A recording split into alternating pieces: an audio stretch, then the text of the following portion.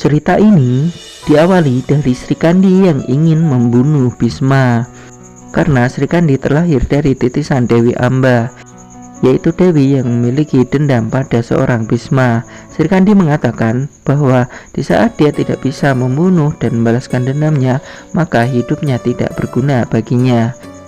Sri Kandi berniat untuk membakar dirinya di atas api suci dan terlahir kembali sebagai sosok yang baru. Di saat dia mau mengakhiri hidupnya, para Pandawa sedang gusar saat mereka mengetahui sisa pasukan yang dimiliki tinggal sedikit dan ada kemungkinan mereka akan kalah dari Hastinapura. Salah satu orang yang menyulitkan para Pandawa tidak lain dan tidak bukan adalah panglima perang dari Hastinapura, yaitu Bisma yang agung. Walaupun Bisma sendiri berjanji pada para Pandawa bahwa ia tidak akan membunuh pasukan dari para Pandawa di medan perang Bratayuda, tapi bukan suatu yang mudah ketika mereka harus mengalahkan Hastinapura yang dilindungi oleh Bisma yang agung. Bima yang mengetahui hal tersebut dan mengetahui pasukan mereka hanya tersisa 2 divisi saja. Dia merasa ini akan berlangsung selamanya tanpa ada akhir. 2 divisi tersebut akan ditumpas oleh Hastinapura. Dan menurut peraturan perang di wilayah Arya, ketika sebuah pasukan sudah hancur atau melarikan diri, maka pihak tersebut dinyatakan kalah. Sadewa mengatakan selama ada kakek Bisma yang masih hidup, maka kemenangan bagi para Pandawa itu adalah sebuah kemustahilan. Bahkan Sadewa meyakini bahwa ketika Bisma masih hidup, maka kekalahan bagi para Pandawa tidak bisa dielakkan. Sri Kandi sangat dibutuhkan oleh Pandawa untuk membunuh Bisma yang agung, karena satu-satunya orang yang bisa membunuh Bisma adalah Sri Kandi saja. Sementara itu muncul kuda yang ditunggangi oleh seorang pria yang menuju ke ruangan pertemuan para Pandawa. Krishna yang mendengar berbagai keraguan dari para Pandawa, dia mengingatkan bahwa Sri Kandi ialah satu-satunya orang yang bisa membunuh Bisma. Sebagai titisan dari Dewi Amba dan anugerah tersebut adalah pemberian dari Mahadewa, bahwa Sri Kandi akan menjadi penyebab dari kematian Bisma yang agung nanti. Dan Krishna juga meyakinkan kepada para Pandawa bahwa janji dari Mahadewa tidak akan pernah sia-sia.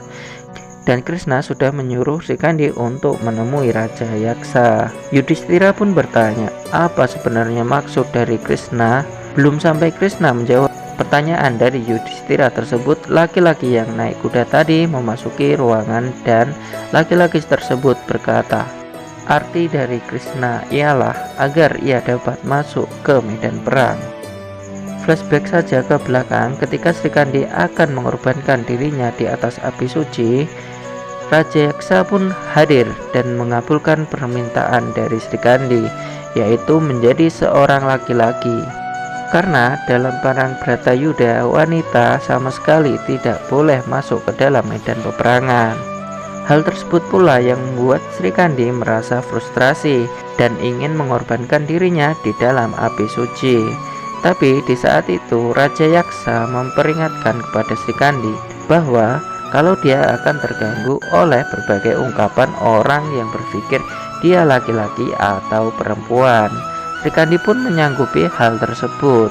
Kemudian Raja Yaksa pun berdoa untuk membuat Sri Kandi menjadi seorang laki-laki. Dan saat Sri Kandi meninggalkan api suci, dia akan menjadi seorang laki-laki yang utuh dalam 1 hari. Jadi Sri Kandi hanya punya waktu 1 hari saja untuk membunuh Bisma yang agung. Kembali ke ruangan di mana laki-laki jelmaan dari Sri Kandi berkata bahwa sebelum matahari tenggelam dalam perang besok, maka Bisma yang agung akan mati di tangannya.